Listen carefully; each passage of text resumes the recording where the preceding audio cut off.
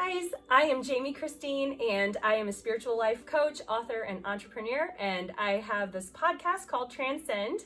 Welcome. My whole goal of the podcast is to open minds, expand consciousness, and raise vibration by talking about all the things that do just that. And today we have Janel Meier. She is a local personal trainer and yoga teacher, as well as a health coach. And we have a lot of things in common as far as our views on what true happiness is, as well as self-care. So we're excited to talk to you about that today. Mm-hmm. So you want to give us a little bit of information about your backstory and what brought you on your journey? Sure. And thank you for having me. You're welcome. Thanks for being here. Of course. So I guess a few years ago, I did an online health coach program through the Institute of Integrative Nutrition, and one of their big focuses is on having balance in all areas of your life. Mm-hmm. And so through that program I learned a lot about balancing all those areas, and one of the things that really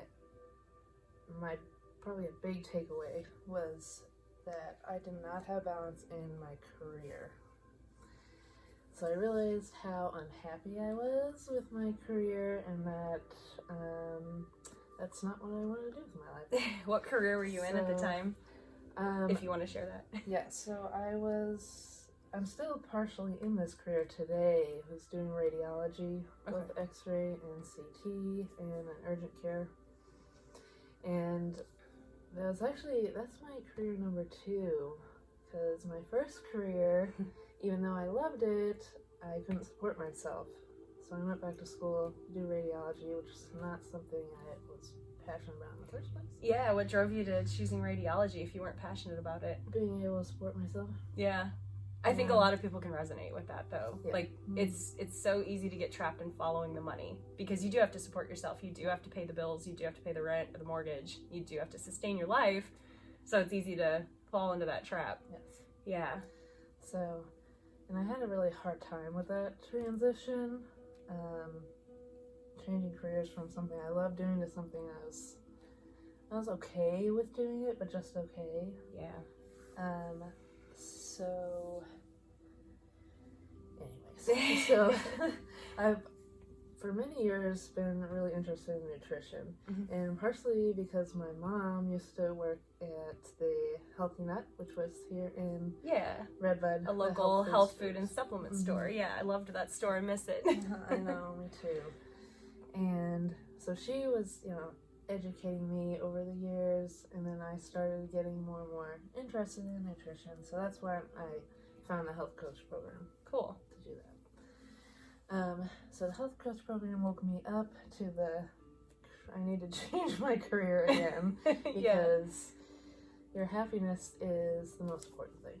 It so is. And I think, we're definitely in the midst of a mental health crisis. And I think we were talking about that the other day. Like, that's the real pandemic here, is this mental health situation. And like your program said, I totally believe that, there's a lot of areas of life that need to be addressed to get into balance. And one of those is your happiness. Yes. And that's in career and relationships and everything that you get involved in your life.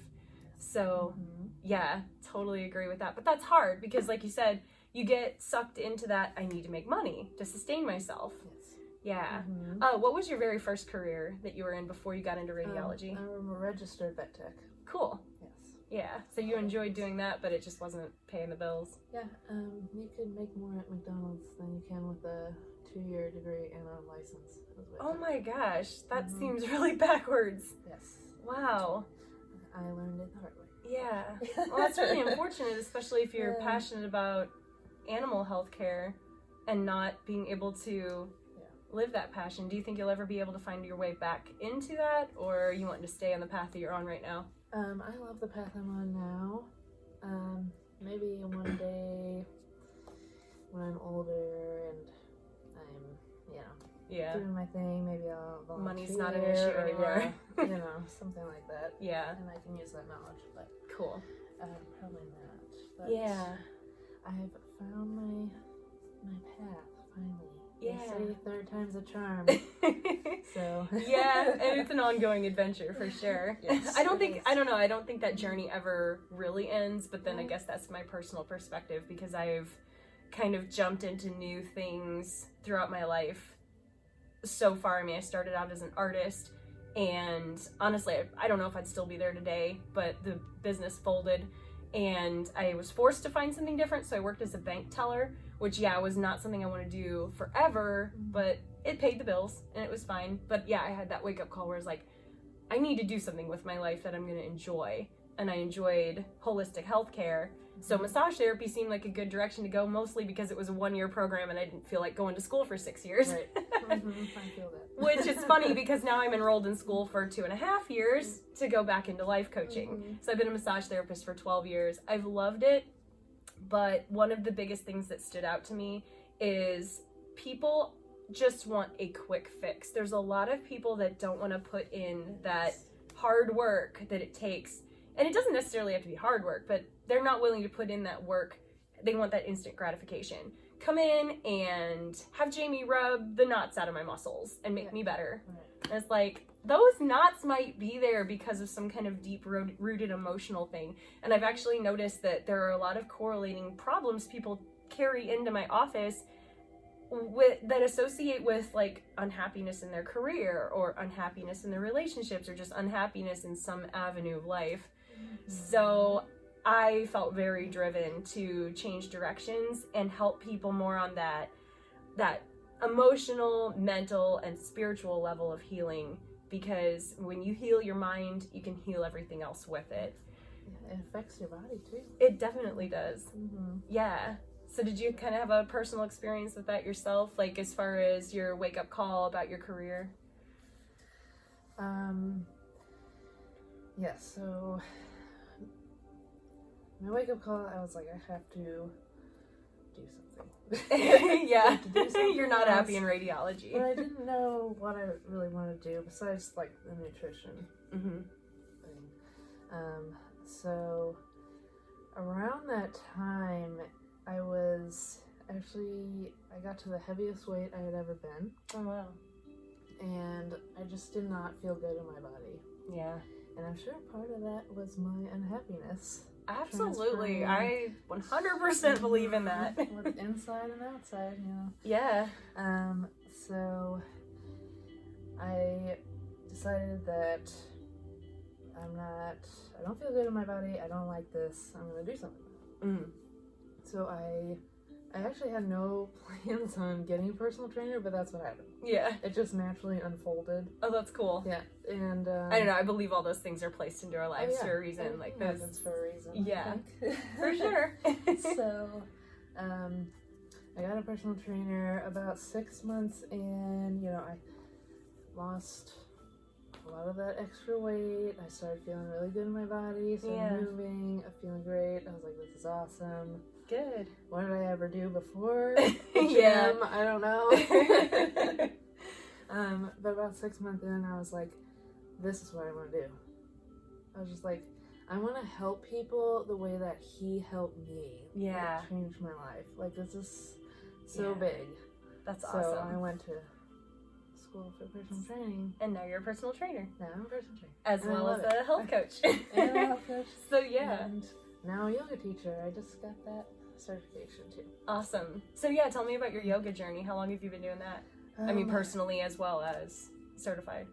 Yeah, so on and off for years, really. I used to do yoga pretty much like 5 days a week, every week for a couple of years, and then I got away from it because I had a shoulder injury, and I couldn't do the weight bearing, but I should have kept with it.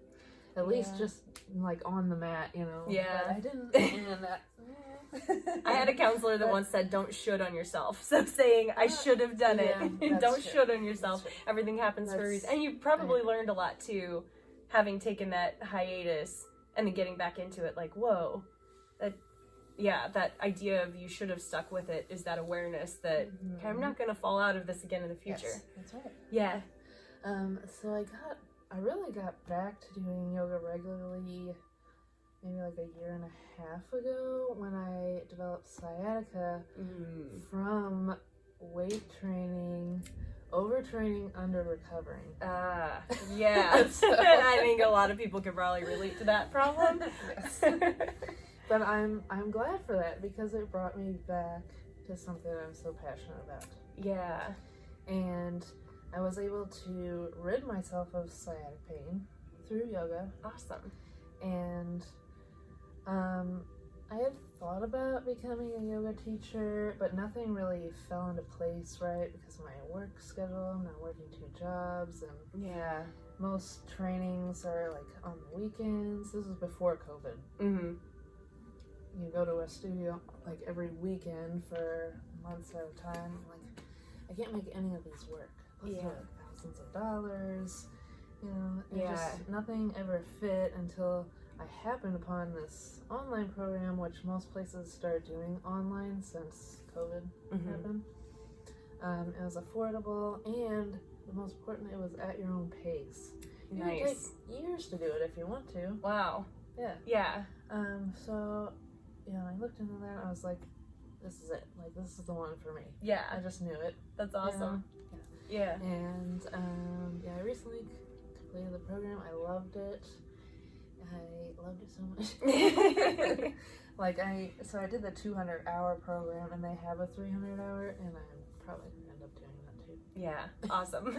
And they have a yin course. I'm going to do that also. Yeah, and yin yoga is more of like that slower, more deliberate pace, hold the stretches and the poses for longer. Yes. Yeah. Find that deep relaxation, deep stretching. Yeah, I love that. Because there's also like the more, is that the vinyasa yoga that has like the more movement, the flows? Yeah. Yeah, that's really cool. Yeah. There's yoga for everybody, guys. You don't have to be able to fold yourself into a pretzel in order to be able to do it. I find that's like a common thing, like, oh, I can't do yoga, I'm not flexible enough. Like, that's why you should do yoga if you're not flexible enough. That's one of the main benefits. I know, that's becoming more flexible. Yeah, absolutely. Moving and your body. Yes, movement is that feel good. Yeah, it's so important. Yeah. That's what I tell people is you have to find what works for you, what works best for your body, but something you love to do. Not trying to force yourself into like, oh, I'm gonna do HIIT training, 5 days a week. If you don't like it, you're not gonna stick with it, so don't even. Right, I know. Same thing with like running. I used to hate running, and then it was pretty much the only mode of exercise that was available to me after my son was born because I had a jogging stroller and no free time. So I just stuck him in the jogging stroller, and I'm like, all right, I'm gonna figure this out. And the moment I completed my first 5K, running the entire thing through, I just got this rush of like, oh my gosh, I didn't know I was capable of this. And I fell in love with running. But having hated it before, it's like, I totally understand that. Like, don't push yourself into doing something that doesn't make you happy. Right. And which we could come full circle back to careers that way. Yes. Because that's such a huge thing. Like, don't force yourself onto a path that you're not happy being on. And I think a lot of people, like we've talked about before, get caught in this trap of, I need a job that's going to make plenty of money to make ends meet and pay the bills and support me and maybe support a family, and I need good benefits so that I'm covered in all those areas, and I need a good retirement plan so that way when I'm done with this job I can continue to support myself, and I'm just going to follow the American dream. Whose dream? That's not my dream. I know, that's not my dream either. And I think a lot of people, it's funny because I've experienced this firsthand where I thought that's what I was supposed to do. And, I got a glimpse of doing what makes me happy and making money doing it back whenever I was painting backdrops for photographers, which was such a cool job, and I had so much fun doing that. So I'm really grateful that I had that glimpse ahead of time, like, this is what it feels like to be happy going to work and making money doing what makes me happy. And that the priorities were that way. Happiness and then money, not money and then happiness, like everyone thinks it should be. But then, after that, it was like, okay, I have to do all these things in order to live that American dream and that happy life. And I ended up kind of falling into the ruts that everyone else dug in front of me of all the things that you're supposed to do, like get married and having kids and working until you retire. And it's so easy to get caught up in those ruts to where it's like, oh my gosh, how do you get back out of this and live, like, what is my dream? What is my path? And I think a lot of people need to take a minute and think about that. Like, don't follow the grooves and the ruts that were cut before you from all the other people that did what they thought they were supposed to do, living their American dream, and figure out what your dream is. So yeah, like, you discovered your passions within healthcare as a holistic approach, as a nutritional approach, and as a fitness approach. And I love that you are following your passions with happiness and that area of passion being your priority. And do you find that the money just takes care of itself after that? Yeah. I mean, I know you're on the beginning stages of your journey, so yeah, you're just kind of like following that passion first. And, you know, there is a transition phase. You know, you are still at the old job and still working your way up to being able to leave that old job. But I think that's all, you know, part of the journey is you learn, you transition into something new, and then you're ready to embrace that next step. Yeah. It's really awesome. I love it. Yeah, that is awesome. Yeah, there are no words for doing what really makes you happy. I mean, it's everything. Yeah. And working a job that you're so passionate about, it hardly even seems like a job. Yes. It's such a huge thing. I'm glad you pointed that out, because it really doesn't feel like you're going to work. Right. Like, you never have a case of the Mondays when you're doing that. Yeah. You wake up in the morning and like, yes, I get to go help people the way that I can in the best way. Yeah. And have fun doing it. Yes. I get to, not I have to. Right. Exactly. Yeah. Yes. I love that. Yes. It's such a night and day feeling. Yeah. Because like I said, I'm still at the other job. The days I have to work there, it's not the same when I wake up. Yeah. When I wake up, I'm like, I don't want to. Yeah, I'm I don't sure. want to get out of this bed. Yeah. And I think that's a really good thing to pay attention to. Like, when you wake up in the morning, do you want to get out of bed? Are you excited to embrace what's ahead of you for the day? Or do you just want to stay in bed and avoid it? And I'm not gonna lie, I've had moments like that too, even in my massage therapy career, which I love helping people and I love making their lives better and I love making their bodies feel better. But there are days where it's like, I have to go rub knots out of muscles instead of helping people with that deeper spiritual healing that I'm really wanting to delve into. And that does kind of like, it makes me feel a little bit stuck in bed. But I feel like, okay, that's my compass. That's that barometer. I need to be paying attention to this. There's something that needs to change before I fall into another rut again. And I'm still at that place where it's like, I really do love massage therapy. And once I do get myself out of bed and I do have that client on the table, it's like, okay, I really do love this. This is okay. But yeah, since I feel that pull to helping people on that deeper spiritual healing level, I definitely need to follow that. And yeah, that's what pretty much made me jump back into school for that. And I'm going to the Southwest Institute of Healing Arts, which is an online program through the physical location, which is in Tempe, Arizona. But yeah, the online program, it's 2.5 years worth of learning spiritual healing. I'm doing like a lot of intuitive guidance. I've done hypnotherapy, life coaching. It's been a really exciting adventure, and I'm excited to help people on that level too. Yeah. And I think that's the biggest thing. Like, people need to really tune into where their passions are. You know, maybe you're super passionate about numbers. Maybe numbers and math are super fun for you.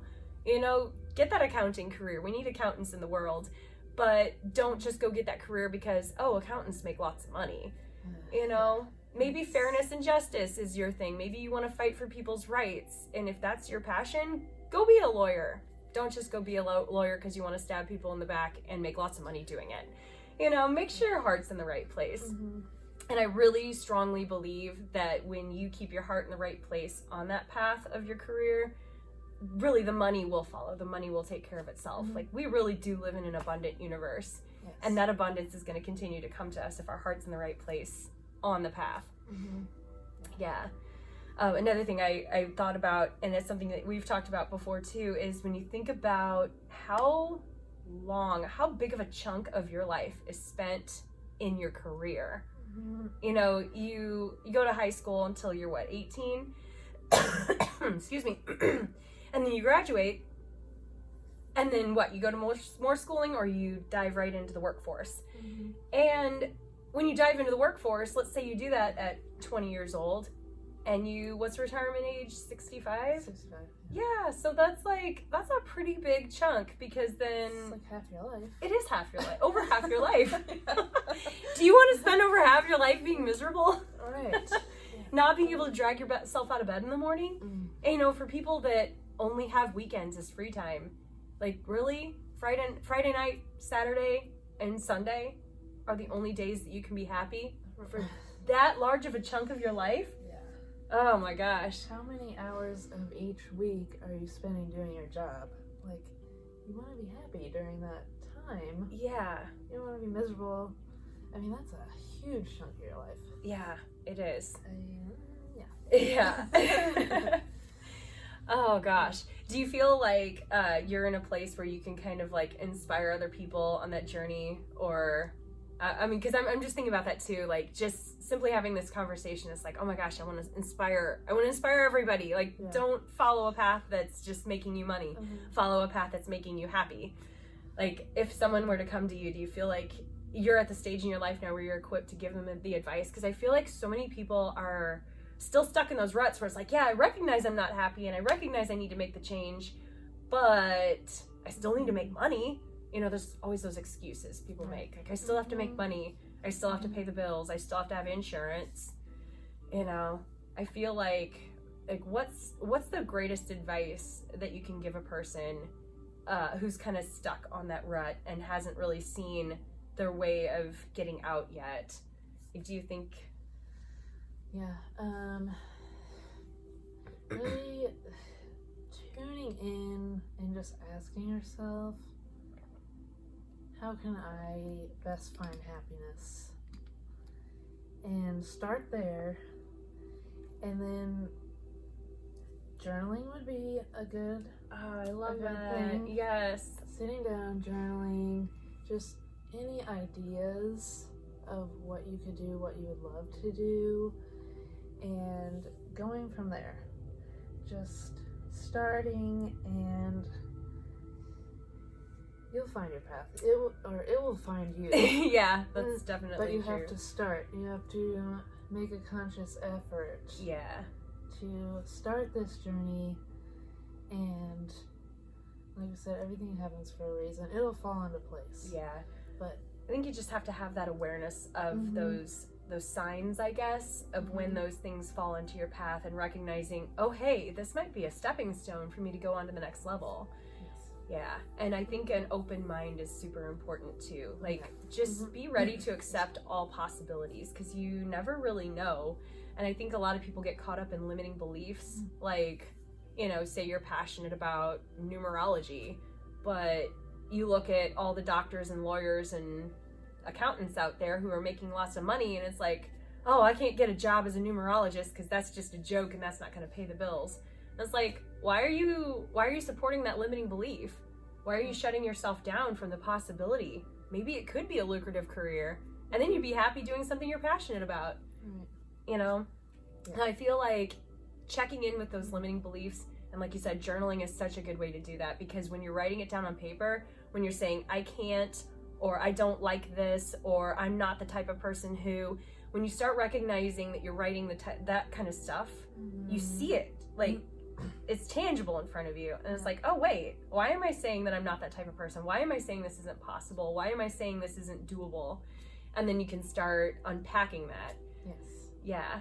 So that open mind is super helpful, but Yes, always keeping an open mind and trying to focus on positivity. Not letting yourself spiral down this negative self-talk, yeah. those limiting beliefs. It'll just drag you down. It so will. I think a lot of people don't even realize the negative self-talk they put themselves through. The horrible things they say about themselves, about how they're not good enough, or they're not worthy, or they're not smart enough, or they're not talented enough, or whatever. And it's like, quit. Would you talk to your best friend that way? You know, would you sit here and tell me I suck? Like, I would never sit here and tell you that you suck. Right. So why are we telling ourselves that we suck? Right. That's not going to get you anywhere. So, yeah, that's really, really great advice, to focus on the way that we talk to ourselves and the way that we treat ourselves and the way that we view our reality, and just open our minds to the possibilities, because anything's possible. Yes. And your happiness should always take priority and come first and foremost. Happiness is the most important. You only have one life to live. You want to live it the happiest that you can be. Enjoy it. Yes. And then two, you're setting the stage to create new patterns, because I feel like the generations before us have all kind of gotten stuck in carving those ruts that we learned from them. Like, oh, well, since my parents and grandparents and great-grandparents all went to work to pay the bills and money was the most important thing, then that's what I have to do too. And it's like, hang on a second, it could stop at me, and then the generations after us could learn from us that, wait, my parents' generation said that happiness should come before money and I should follow my heart. I should do that. And then that's just how it starts. That's how you make those changes, change those patterns. And then hopefully we can start putting an end to this depression and anxiety problem that is all across the world. Yes. Yeah. Did you ever experience depression and anxiety while you were dealing with your career and kind of its low points? Oh, yeah. Yeah. Same. When I decided to switch to radiology, I had a really hard time with that, and it really took me down. Yeah. You know, the anxiety, the depression. I started drinking more, and I noticed the signs, luckily, right away, and I said, I need to go back to counseling. Yeah, good for you. This, good. That's awesome. Which helped me a lot. But, yeah, I can't say enough good about counseling. Like, that really fast tracks you back out of that anxiety and depression place. Helps you see the direction that you're supposed to go and see the changes that need to be made. So, yeah, that's really good that you did that. Yes. Yeah, because I did that too, and it's like, oh my gosh, I don't even want to think about where I'd be if I didn't get help from a counselor. Definitely. Because that makes such a huge difference. Yes. So yeah, awesome. I had a thought and it just completely flitted away. So I guess it's meant to be brought up at a later time. But on that note, do you feel like there's anything else you would like to add? I was gonna say I'm reading this book right now. Yeah. It's called The Untethered Soul. I've heard of by that. Michael Singer. Yes, I've never read it. You need to read it. Yeah. I'm like halfway through and I'm just like, I can't put it down. Yeah. But one of his main caveats is to be in the seat of consciousness, to be the observer. Oh, yes. Yes, I've heard of that concept. So yeah, let's elaborate on that a little bit more. So I love this. Yeah. So my favorite book, The Power of Now by Eckhart Tolle. Oh, he's so awesome. Yeah. I hope you guys have your pens ready. Yeah. Like, make this whole big list. So I first read that maybe like a year ago, and that spiraled me down to reading all these like the self-help books. Yeah. Which I don't really like that term, self-help. I know, it sounds so clinical. There's so much more to it than that. There should be self-care books. Right. Self-growth books. But the concept of consciousness is the theme, I guess, of all these books. And it's just so interesting. But The Untethered Soul, he says you need to sit in the seat of consciousness and be the observer of life and be the observer of your outside world, the physical world, be the observer of your emotions, and then be the observer also of your thoughts, which I think a lot of people seem to think that your thoughts, that's who you are. Yeah. This constant dialogue that's in your head, that's not you. Yeah. That's not who you are. That's just your mind Your monkey mind. Yeah, your monkey mind. Yeah. I like that. So sitting in your consciousness is behind all those layers, sitting there and being the observer, and to not go down like this rabbit hole, because once you start engaging with those thoughts, especially the negative ones, it just sends you down the rabbit hole. Definitely. And think about it on the contrary, if you do engage with the positive thoughts and that rabbit hole that it sends you down, like I would much rather go down the positive rabbit hole than the negative one. And yeah, it's a hard place to get yourself into, but that the concept of being the observer or the witness self, I've heard it portrayed as too. Yeah, it's kind of a hard concept to grasp, especially if you're in the throes of life's stresses. So when you're in the midst of, you know, a huge career upheaval or a divorce or a trauma or a loss of a loved one, it's like it's so easy to get caught up in the emotions of that and to get stuck in your head or stuck in your body. And if you can find a way to, like you said, take that seat, that back seat, and just kind of observe it of, is this really the end of the world? Is this me? Yeah, it gives you a whole different perspective. And you don't wear those emotions, and they don't have the power over you that they do when you're sucked into them. When you're taking that back seat and observing them, yeah, it takes that power that they have on you, and instead you have the power back for you. Yeah, nothing can stand in your way. That's right. That's right. Yeah. Huge. I love that. I really need to add the Untethered Soul to my bookshelf. Yes. Yeah. And I really like how he makes it easier for people to understand. Like he gets a lot of scenarios into that, like how to be the observer. Yeah. That's good. Yeah, because that's helpful. It's like it's hard to sit here and explain how to take that back seat and be the observer, but oh my gosh, it does a world of difference, I promise. Yes, it does. Oh, that's super cool. I'm gonna like do a little plug for myself too, but I have an interactive journaling method in my life coaching business, and you can find it on www.jamichristine.com.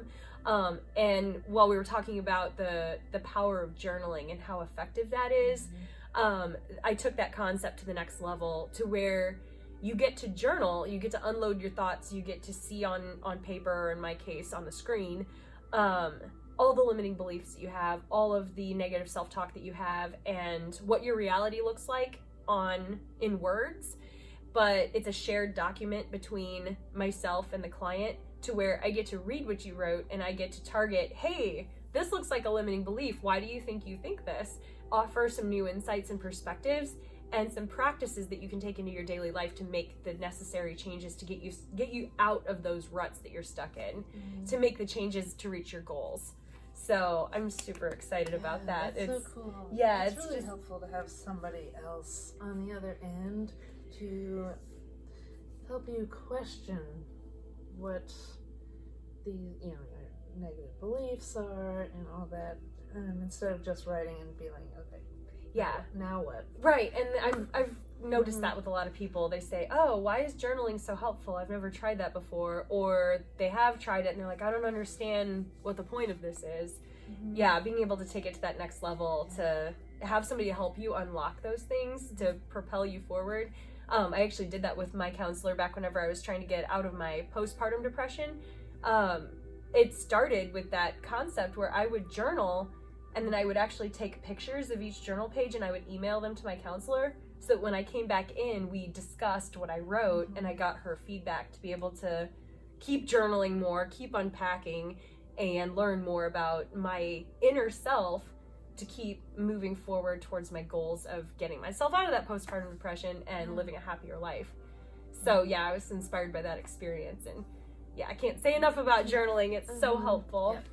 I always have a journal on my coffee table. Whenever I need it, I can grab it. Yeah, that's awesome. I know I've been finding myself if I don't have pen and paper, or if I'm driving or something, I'll just like voice record notes. Like I'll just talk into my phone and just unload it that way. Yeah. And then sometimes I'll elaborate on it in a journal, or I'll let it be inspiration for a blog post to where I can share more insights with other people. But really cool. Very cool. Yeah, so is there anything else you wanted to add before? I'm not sure. Anything you wanted to add? I don't know, I think we covered a lot. I hope we really inspired you guys. Do you want to give anybody your social media or any ways that people can follow you? Yeah, you can find me, Janel Meier, on Facebook and Janel Megan on Instagram. I will post the links below so that way you can find Janelle and learn more about her story and become inspired on your story as well, or on your journey. So well, awesome. I'm really glad you did this podcast with me today. I'm glad we got to have this awesome conversation. I hope we inspired a whole bunch of people to follow your happiness and follow your heart and your dreams. Yes, please do what makes you happy. Yes, please. First and foremost. I promise the money will take care of itself after that. It will. All right. Thanks, guys. Thank you.